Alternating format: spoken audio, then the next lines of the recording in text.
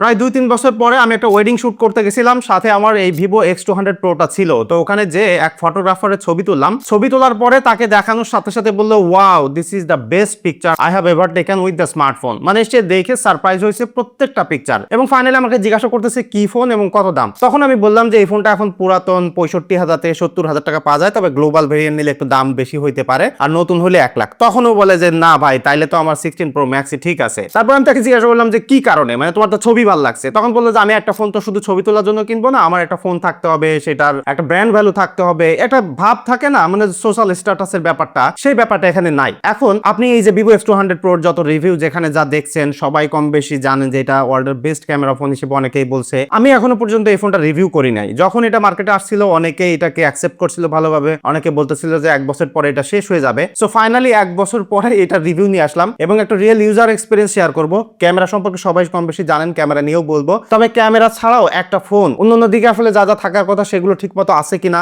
বা একটা long time পরে ব্যবহার করতে গেলে ফোনটা কেমন হবে। আবার ভিভোর ফোনগুলো ক্যামেরাতে বেস্ট হলেও কেন ওয়ার্ল্ড ওয়াইড আসলে ওইভাবে মার্কেট দখল করতে পারতেছে না, কোন জায়গায় তাদের দুর্বলতা রয়েছে, অ্যাটলিস্ট আমি পেয়েছি, সেইগুলো আজকে আপনাদের সাথে শেয়ার করব। তাহলে এই মুহূর্তে যারা ভিভো X200, 200 প্রো বা X200 প্রো মিনি অথবা X200 আলট্রা বা 300 সিরিজে যাইতে চাচ্ছেন, তাদের ডিসিশন নিতে সহজ হবে। তবে ভাই যেটাই ফোন কিনতে চান, আমি বলবো MK মোবাইল পয়েন্টে কন্ট্যাক্ট করতে পারেন। এই ভিভো X200 প্রোর এখন বেস্ট প্রাইসে আপনারা তাদের কাছে পেয়ে যাবেন, হোক নতুন বা পুরাতন। বসুন্ধরা সিটিতে তাদের শোরুম রয়েছে, যারা ঢাকার বাইরে আছে তারা কিন্তু কুরিয়ার করেও তাদের কাছ থেকে প্রোডাক্ট নিয়ে নিতে পারেন। লং টাইম ধরে তারা ব্যবসা করতেছে, দে আর ট্রাস্টেড। বিস্তারিত ভিডিও ডেসক্রিপশনে দিয়ে দিচ্ছি, ফেসবুক থেকে দেখলে ফার্স্ট কমেন্টে তাদের লিংক দিয়ে দিচ্ছি আমি, আপনারা একটু কন্ট্যাক্ট করে নিন। তো এবার ভিভো X200 প্রোতে আসি। এটা মূলত একটা গ্লোবাল ভেরিয়েন্ট, আমি যেটা ব্যবহার করতেছি। এটা আরো বেশ কয়েকটা কালারে পাওয়া যায়, তবে আমি পার্সোনালি গ্রে কালার এবং হোয়াইট কালারটা দেখছি যে অনেক ভালো লাগে হাতে থাকলেও, বা দেখতে একটা স্ট্যান্ড আউট ভাব থাকে। তবে এই ব্ল্যাক কালারটা আর ব্লু কালারটা আমার পার্সোনালি অত ভালো লাগে না। আপনাদের কারো ভালো লাগলো অবশ্যই একটু কমেন্ট করে জানাইতে পারেন। সব থেকে বড় একটা ব্যাপার আপনি নোটিস করবেন হাতে ধরার সাথে সাথে, সেটা হলো অন্যান্য ফোনগুলো যেমন একটা ওয়েট ব্যালেন্স থাকে না, মানে ফ্ল্যাগশিপ ফোনের কথা আমি বলতেছি, যেমন অ্যাপেলের কথা বলেন, স্যামসাং এর কথা বলেন, সেই জায়গা থেকে এই ফোনটা একটু বাল্কি আর একটু ফ্রন্ট হেভি মনে হবে। মানে হাতে ধরলে মনে হচ্ছে যে সামনের দিকে এরকম ঝুঁকে যাচ্ছে এবং ক্যামেরা বাম্পটা অনেক বেশি বিগার। তবে এখানে একটা প্লাস পয়েন্ট দেখছি, হাতে ধরলে হাতটা ইনস্ট্যান্টলি এখানে চলে যায়, মানে ভালো একটা গ্রিপ পাওয়া যায়। সাইড থেকে একটু রাউন্ডেড করা হয়েছে। 1 বছরেরও বেশি ফোনটা ব্যবহার করা হয়েছে, তেমন একটা মেজর কোনো স্ক্র্যাচ বা দাগ টাগ আমরা দেখতে পাচ্ছি না। আমি আজকের ভিডিওতে কোথায় কি আছে স্পেসিফিক্যালি নাম্বারগুলো আপনাদেরকে বলে বিরক্ত করব না, কারণ আপনারা অলরেডি এসব বিস্তারিত জানেন। আজকে একটা রিয়েল ইউজার এক্সপিরিয়েন্সই দেখতেছেন। হ্যাঁ, ডিজাইনের জায়গায়, বিল কোয়ালিটির জায়গায় ফোনটা একটা নিজস্ব আইডেন্টিটি ক্রিয়েট করতে পারছে। লং টাইম ধরে ব্যবহার করতে গেলে এটা একটা প্লাস পয়েন্ট। তাহলে প্রবলেমটা কোথায়? প্রবলেমটা আমার মনে হয় যে এই লোগোটার কারণে, মানে ভিভোর লোগোটার প্রতি মানুষের এরকমটা ট্রাস্ট নাই। অনেকে বলে 1-2 বছর পরে ফোনটা ক্যামেরা শেষ হয়ে যাবে। সো ক্যামেরা এখন কি অবস্থা আছে সেটা দেখতেছি। তবে ব্র্যান্ড ভ্যালুতে কিন্তু ভিভো এখনো পিছিয়ে আছে, বিশেষ করে স্যামসাং এবং অ্যাপেলের কাছ থেকে। কেন আছে সেটারও একটা কারণ আমরা আরো একটু পরে বলবো। তবে ডিসপ্লেতে যদি আসি, এখানে মূলত অসম্ভব সুন্দর একটা ডিসপ্লে ব্যবহার করছে। তবে এখনকার সময় যেমন ফ্ল্যাট ডিসপ্লে, এবং ভিভো কিন্তু তাদের লেটেস্ট মডেল থেকে একদম ফ্ল্যাট করে ফেলছে। সো এটা কোয়াড কার্ভ টাইপের একটা ডিসপ্লে, চারি সাইড থেকে একটু কার্ভ করা, দেখতে অসম্ভব সুন্দর। চিন বেজেলটাও ন্যারো আছে, একদম লেটেস্ট টেকনোলজি যেটা থাকা দরকার, একদম সুপার ব্রাইট 6.78 ইঞ্চির ম্যাসিভ একটা ডিসপ্লে। ডিসপ্লের এক্সপিরিয়েন্সটা আপনার খারাপ হবে না। আমি কার্ভের কারণে ব্যাকডেটেড বললাম, তবে ডিসপ্লেটা কিন্তু অসম্ভব সুন্দর, আপনি ব্যবহার করতে গেলে বা হাতে ধরলেই বুঝতে পারবেন। তবে ভিভো এবছরে তাদের বেস্ট ডিসিশন যেটা নিয়েছে সেটা হলো এই ফোনে অরিজিন ওএস রোল আউট করা। এটা কিন্তু গ্লোবাল ভেরিয়েন্টের ফোন, তো এখানে ফান্টাস ওএস চলতো। আপনারা সবাই কম বেশি ফান্টাস ওএস নিয়ে বিরক্ত ছিলেন, অনেকেই বলতেন যে অরিজিন ওএসটা বেটার, বেশি স্মুথ। আসলেই তাই, এবং আমি এটা নিজে যখন নিয়ে আসলাম দোকান থেকে আনার পরে, নিজে এটা অরিজিন ওএস 6 এ আপডেট করেছি, অ্যান্ড্রয়েড 16, এবং আপডেট করার পরে আমার কাছে আরো একটু বেটার, আরো একটু স্মুথ মনে হয়েছে। লক স্ক্রিনটা অনেক দারুণ করছে, সফটওয়্যার এক্সপিরিয়েন্স এখন অনেক সুন্দর হয়েছে। তবে প্রবলেম যেটা, মাত্র 4 বছরের সফটওয়্যার সাপোর্ট দিচ্ছে, এবং সেই জিনিসটা নিয়েই আসলে এই ভিভোর ফোনটা পিছিয়ে আছে অন্যান্য ফোনগুলোর সাথে। বিশেষ করে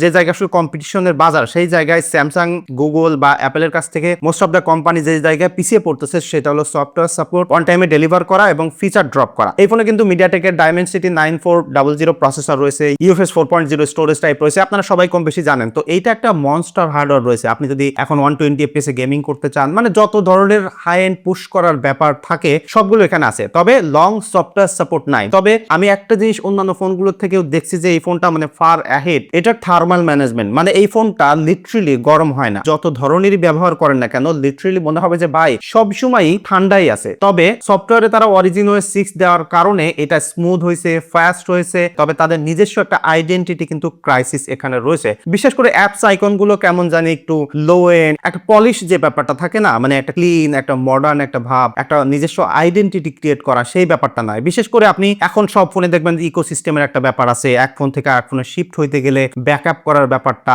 সেই ব্যাপারটা এখানে হেভিলি মিসিং। এইটা একটা one of the biggest flaw আমি বলবো ভিভোর। যেমন আপনি স্যামসাং থেকে আরেকটা স্যামসাং ফোনে যান, একদম সেম টু সেম সেটিং গুলো আপনি ট্রান্সফার করতে পারবেন। অ্যাপেলের ক্ষেত্রেও একই, ইভেন অ্যান্ড্রয়েডে ক্রস ট্রান্সফারও করতে পারবেন। তবে এই ফোনটার ভিভো যে ক্লাউড আছে সেখানে মাত্র মেসেজ, ওয়াইফাই, পাসওয়ার্ড এগুলোই সেভ করতে পারে। ফোনের কোনো setting, camera setting, apps layout গুলো কিন্তু প্রিজার্ভ করতে পারে না। এই ব্যাপারটা খুবই সিলি একটা ব্যাপার। মানে ভিভো কিভাবে এই কাজটা মিস করলো আমি নিজে জানি না, আমার বোঝার ভুল হয়েছে কিনা আমি জানি না, তবে আমার এক্সপিরিয়েন্স থেকে এই ব্যাপারটা আমার কাছে খুবই উইয়ার্ড লাগছে। এবং এইটা অন্যতম একটা কারণ যে প্রপার ইকোসিস্টেম না দেওয়া, সফটওয়্যারটাকে একদম মানে ম্যাচিউর না করার যে ব্যাপারটা সেটা এখানে আছে। যে কারণেই আমার মনে হয় যে অনেকেরই এটার প্রতি ট্রাস্ট থাকবে না, বিশেষ করে যারা টেকি পারসন, এক ফোন থেকে এক ফোনে শিফট হতে চায়। তবে যদি ক্যামেরাতে আসি, এই ফোনটা কিন্তু আপনারা সবাই জানেন যে ক্যামেরাতে বেস্ট কি কি হার্ডওয়্যার আছে সবাই কম বেশি জানেন। তবে এই ফোনটা ব্যবহার করতে গেলে একটা জিনিস আমি ইজিলি কনক্লুড করতে পারি, আপনার হাতে থাকলে যেখানে যান কারোর ছবি তুললে they will be your fan. মেয়েরা থাকলে তো কথাই নাই। এবং আপনি যে কোনো টাইপেরই কন্ডিশনে, লাইক সোশ্যাল ইভেন্ট, আপনি বাইরে যান, মানে আপনি রাস্তা দিয়ে হেঁটে যাচ্ছেন, কারো একটা পোর্ট্রেট তুলেন এটার 85 দিয়ে বা 135, এটা দেখানোর সাথে সাথে তারা বলবে যে ওয়াও আপনি অনেক সুন্দর ছবি তুলতে পারেন। বা এটা দিয়ে আপনি ফটোগ্রাফি এক্সপার্ট হন বা না হন, আপনি ছবি তুলতে পারেন বা না পারেন, ডাজন্ট ম্যাটার। আপনি যে কোনো ভাবে জাস্ট দইরা এটা দিয়ে ছবি তুললেই দেখবেন যে ইনস্ট্যান্টলি প্রসেস হয়ে এত সুন্দর পিকচার দিচ্ছে। লাইক আমি আনডাউটেবলি বলতে পারি বর্তমান সময় যদি ওয়ার্ল্ডের বেস্ট ক্যামেরা ফোনের কথা বলেন ফটোগ্রাফিতে, তাহলে this is one of the best. সব থেকে বড় ব্যাপার হলো একটা স্মার্টফোনে যখন আমরা ছবি তুলতে যাই আউটডোরে বা যে কোনো জায়গায়, ইনস্ট্যান্টলি যে বার্স্ট মোডে শুট করা একটা ব্যাপার আছে না, কন্টিনিউয়াসলি শুট করা, এবং most of the camera feature এখানে আছে। বিশেষ করে ডেডিকেটেড স্ন্যাপ মোড পাবেন, লাইক অনেক মুভিং অবজেক্টের ছবি তুলতে চান, ইনস্ট্যান্ট সেই মোডটা এখানে আছে। লো লাইটে ছবি তুলবেন, ল্যান্ডস্কেপ ছবি তুলবেন, পোর্ট্রেট ছবি তুলবেন, লাইক টোটাল একটা ফটোগ্রাফি ফোন। এটা আপনারা সবাই কম বেশি জানেন। মানে হাতের মধ্যে একটা ডিএসএলআর থাকবে, আপনার সব ধরনের ফোকাল লেন্থ আপনি কভার করতে পারবেন, এবং 10x 20x 30x এ একদম ক্লিয়ার ছবি দিতে পারে, ইভেন সামটাইম 40 50x। মানে এটা একটা অবভিয়াসলি চোখ বন্ধ করে বেস্ট ক্যামেরা ফোন এই মুহূর্তে। এখন ভিডিওর ক্ষেত্রে আসলে যে ব্যাপারটা হয়েছে কি, আপনারা জানেন যে ভিডিও করতে গেলে সবার আগে কম বেশি আপনারা আইফোনের নাম নিয়ে না। তার কারণ হলো আইফোনের ভিডিও প্রসেসিং বেটার। এই ফোনে 8K পর্যন্ত ভিডিও করতে পারবেন, 4K 60 fps কন্টিনিউয়াসলি জুম করে ভিডিও করতে পারবেন। লেন্স শিফটিংটা একটু খেয়াল করেন, খুবই স্মুথ আছে। তবে ব্যাপারটা হচ্ছে যে একদম আইফোনের লেভেলে যে অ্যানালগ টাইপের বা আমরা ডিএসএলআর যখন কোনো জুম লেন্স দিয়ে জুম করি যে ফিলটা, সেই ব্যাপারটা এখানে নাই। হালকা একটু কাটা কাটা মনে হয়, মানে still you can feel it যে এটা একটা মানে আনপলিশ। তবে স্টিল আমি বলবো অন্যান্য ফোনের সাথে কম্পেয়ার করলে এটা স্মুথ আছে। তবে যে জায়গায় আসলে পিছিয়ে পড়তেছে সেটা হলো এটার ভিডিও ডিটেইলে স্টেবিলিটি ঠিকঠাক আছে। আমি রিসেন্টলি একটা শর্টসও বানাইছি এটা দিয়ে, ওটা এডিট করার সময় আমি দেখলাম ভিডিওটা একটু সফট লাগে, মানে ভিডিও দেখলেই বোঝা যায় যে এটা স্মার্টফোন দিয়ে করা। এইটা ভিডিও কোয়ালিটিতে আইফোনের লেভেলে যাইতে কত দূর, আমি বলবো যে জাস্ট 30 to 20% পিছিয়ে আছে। ভিডিও কোয়ালিটির জন্য যতটুকু খারাপ আমি বললাম ততটুকু খারাপ না, মানে আপনারা চাইলে ভিডিও কোয়ালিটি দিয়ে কন্টেন্ট বানাইতে পারবেন, সবই করতে পারবেন। তবে বেস্ট অফ দ্য বেস্টের যে ব্যাপারটা না, মানে অ্যাপেলের লেভেলের যে জায়গাটা, সেই জায়গাটা নাই, ইভেন স্যামসাং এর লেভেলেও নাই। তবে এখানে সিনেম্যাটিক ভিডিও আপনারা করতে পারবেন, সেখানেও আমার কাছে একটু মনে হয়েছে যে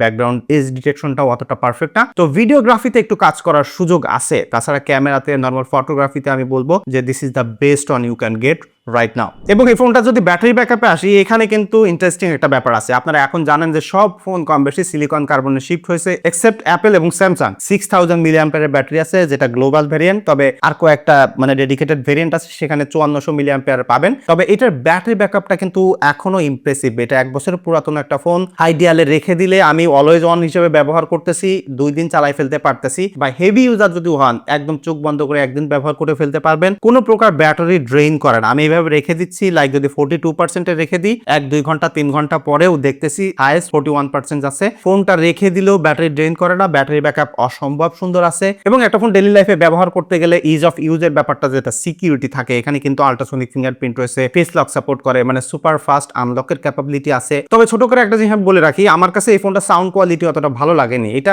লাউড আছে, মানে অনেক সময় আছে না যে অনেক মানুষ চিল্লায় কথা বলে, অনেক বক্সে সাউন্ড দেয় অনেক জোরে, কিন্তু ওই সাউন্ডটা শুনতে ওরকম বেস বেশি থাকা, একটু মিষ্টি থাকা, সেই ব্যাপারটা আমার কাছে অনেক কম মনে হয়েছে। মানে মনে হয়েছে যে শুধু লাউডই আছে ব্যাপারটা এরকম। ফোনটা ডিসপ্লের সাথে যখন দেখবেন মনে হবে যে অনেক লাউড, কিন্তু সাউন্ডটা শুনতে এরকম মজা লাগতেছে না। এটা জাস্ট মাইনর একটা কনসার্ন। আপনাদের কাছে কেমন লাগে যারা ব্যবহার করেন, অবভিয়াসলি কমেন্ট করে জানাতে পারেন। ভিভো 2025 সালে এসে, ইভেন 26 সালে এসেও আপনারা দেখবেন যে এই ফোনটা যতই ভালো হোক না কেন, অসংখ্য মানুষ বলতেছে যে না, এত টাকা দিয়ে ভিভোর ফোন কিনবো। তার কারণ যেগুলো আমি এখনো পর্যন্ত পাইলাম, সেটা হইলো তাদের software support, software response team এবং ইকোসিস্টেমের জায়গায় অনেক কাজ করার দরকার। কারণ এই জায়গায় পিছিয়ে থাকার কারণে অনেক মানুষ এখনো এই ফোন কিনতে চায় না। তবে আরো কিছু লোক আছে যারা চোখ বন্ধ করে অ্যাপেলের লোগোকে বিশ্বাস করে, মানে অ্যাপেল কিছু দিক বা না দিক সোশ্যাল স্ট্যাটাসের জন্য আসলে ওই ফোনগুলো ব্যবহার করে। সেই লোকদেরকে আপনি কোনোভাবেই টেনে কোনো কিছুতে আটকাইতে পারবেন না। এবং বাকি যেসব জায়গাগুলো আছে সেই জায়গায় কিন্তু ভিভো অলরেডি ডুইং মার্কেটের বেস্ট লেভেল। সো আপনার কোনো মতামত থাকলে অবভিয়াসলি কমেন্ট করে জানাতে পারেন, বা ভিভোর ফোন যদি কেউ ব্যবহার করেন সেটাও কমেন্ট করে জানাতে পারেন। আর আপনি আসলে 1 লাখ টাকা দিয়ে ভিভোর ফোন কিনতে আগ্রহী কিনা, যদি না কিনতে চান সেটা কমেন্ট করে জানাতে পারেন। দেখা হচ্ছে পরবর্তী ভিডিওতে। ধন্যবাদ সবাইকে।